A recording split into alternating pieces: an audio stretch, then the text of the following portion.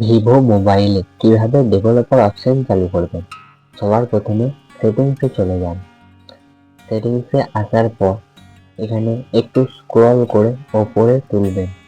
Scroll করে ওপরে তোলার পর এখানে দেখতে পাবেন অ্যাবাউট ফোন, এখানে ক্লিক করুন। অ্যাবাউট ফোনে ক্লিক করার পর এখানে দেখতে পাবেন সফটওয়্যার ইনফরমেশন। সফটওয়্যার ইনফরমেশনে ক্লিক করুন। এরপর এখানে দেখতে পাবেন বিল্ড নাম্বার। এই বিল্ড নাম্বারে 5 থেকে 6 বার ক্লিক করুন।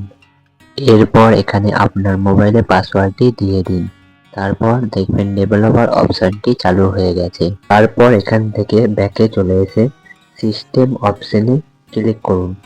এখানে আসার পর দেখতে পাবেন ডেভেলপার অপশন, এই অপশনটিতে ক্লিক করুন। এখানে দেখতে পাবেন অপশনটি চালু হয়ে গেছে। ভিডিওটি যদি ভালো লেগে থাকে তাহলে একটি লাইক দিয়ে চ্যানেলটিকে সাবস্ক্রাইব করে রাখতে পারেন। ধন্যবাদ।